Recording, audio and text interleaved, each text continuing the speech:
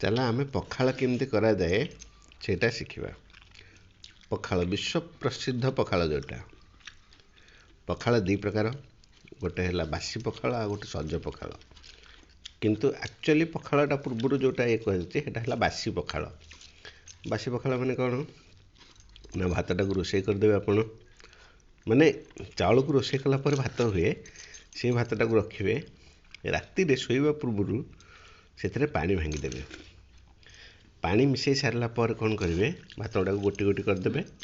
राति शोया पूर्व कहनी भात ठंडा ही आसला तापर से तू कौन करेंगे से आंबुल दी चारिटा पकईदेवे आंबुल पका जाए कहीं खटा कर बस आंबुल तुम घर कर दिल्ली रे भात मरी जाए बोली आंबुल पकई भात कर कालिया भात ना ना ना ना ना आंबुल पका जाए माटी हांडी तुम जदि पखाल कर बहुत बढ़िया जहाँ भी हो पखाल विभिन्न प्रकार करती समस्त घर सब अलग प्रकार स्टाइल पखाल हुए पखालटा किंतु खरा दिने बहुत भल कम आसे सकाल सकाल पखाल खाइले